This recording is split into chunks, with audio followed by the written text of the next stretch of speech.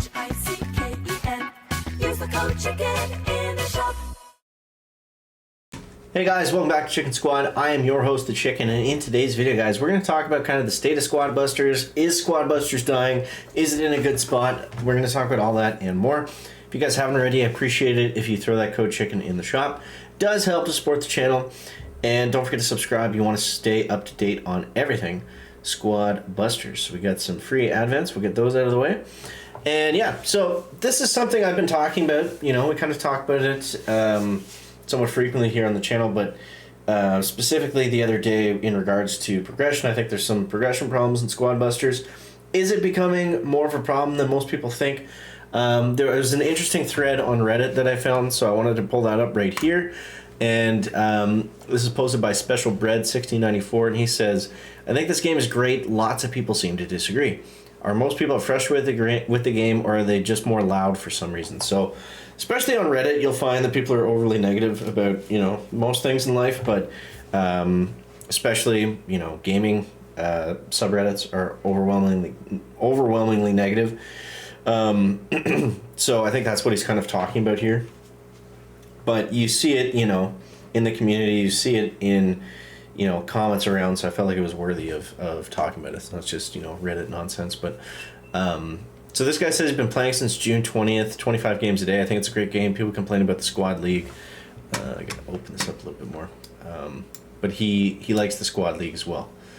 Why can't I find... Okay, I can't do that right now. Cool. I kind of have to, though. I don't know why it wasn't letting me crop. I'm sorry.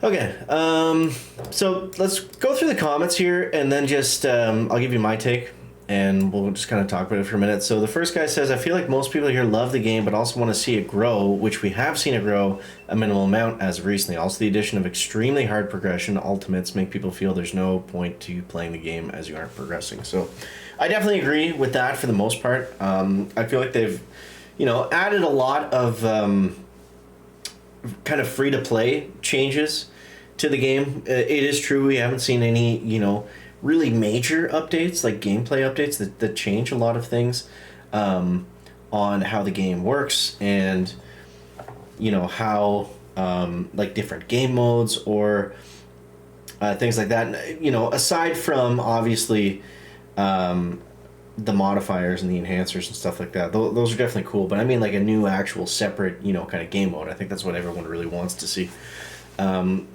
So the guy who made this thread, his response to that guy was, to me an important feel of progress is the trophy ranking. I'm 40th in my country trying to progress there. I think whoever isn't on the ranking could be missing a feel of progress. Perhaps they should indicate what place you are, even if outside of the top 1,000. He says, genuinely think you should consider stepping outside and touching some grass. This is insane behavior. That's a dumb comment. Playing a mobile game for an hour a day, I've heard of more insane behaviors. Great response. So I think he makes a good point here about, you know, the progress coming from, you know, chasing the leaderboard. I'm all for chasing leaderboards and stuff. There are games that I play competitively, but I don't know. I don't want it to just be a leaderboard, if that makes sense. Like I want it to be,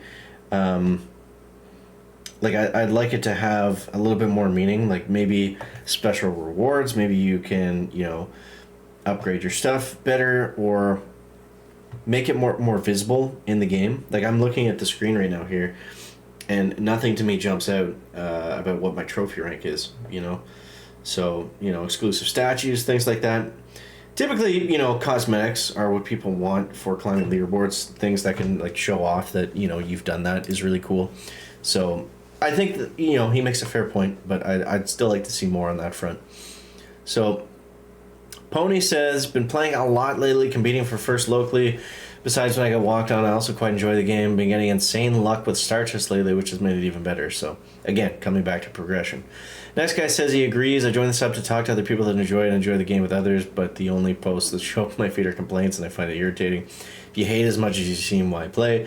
I think that's just a human, you know, kind of behavior thing. When they're angry about something, they go to complain about it online. It just is what it is. Book of Brawl says all the problems with the game are symptomatic of an early access flop combined with predatory monetization practices. I feel like the game is getting closer and closer each update to something great, but the game should have really stayed in beta for much, much longer. Right now, all the positive changes feel like attempts to fix a mistake rather than intentionally wanting to implement more fun and player-friendly features. Is this good? Sure, but it also feels like they're doing it reluctantly due to lower than expected profits. I think he really kind of hits the nail on the head here. I don't know about predatory monetization. I would say that it definitely has some pay-to-win aspects still. And it mainly, again, it comes down to the same issue. Like, they've got to do something about progression. And, you know, they've got to find a way to monetize Squad Busters outside of just, you know, making it really, really difficult to upgrade your troops. So, yeah, sorry, I didn't realize you guys can't see the game screen before I was talking about it. Stupid chicken. But yeah, should the game stay in beta longer? Maybe. Maybe they did definitely come out with it a lot faster. But I believe that was not for because they thought it was amazing, ready to go. I think they just wanted to green light something and just kind of run with it and see what happened. You know, then they would have that, because that's something that Supercell hasn't done, right? They haven't just thrown a game out there to the public and just let it kind of grow organically and fix it on the fly. So I think that might be part of their plan, is they want to get the best, like, maybe they're looking at this game like it's still in beta and they're just getting the ultimate beta testing by making it public, and then they're going to fix everything, make it amazing, and then really push the marketing on it. I don't know if that's true or not. You know, some speculation on my part. Maybe that doesn't make sense business wise. I don't know. I'm not Supercell, but just trying to think. So the next guy says Recolino. I just think it needs some sort of loadout system, something to bring pre-lobby strategies into the game and allow players to test their loadouts in-game and improve/polish them.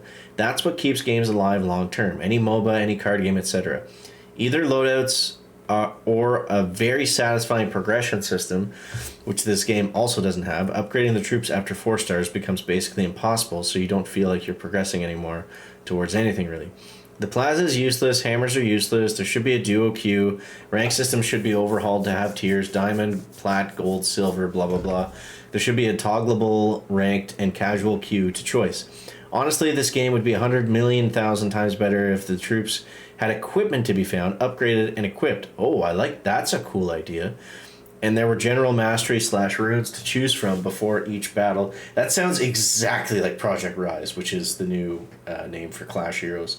If you guys haven't checked that out, I have a whole channel. It's called Clash with Chicken, where we post that one on. But from before each battle, strengthen certain strategies, and of course, you choose your squad, 12 troops max, 4 common, 4 rare, 4 epics to play around with strategies opened up by the mastery system. This would bring so much variety to the game. Then you just do some patch notes every few weeks to shake the meta, and shit's always fun. I love that idea. That's really cool. That is, those are really cool ideas. So I'll link this thread down below if you guys want to go over it more. But I thought it was interesting to bring up for today's video, just do something different. But you know, overall, I don't think Squad Busters is dying. I don't think it's going anywhere. I would honestly be shocked if Supercell would release a game publicly and then kill it. They've never removed a live game from their service before, so I don't think they're going to start with Squad Busters, especially since it's so new.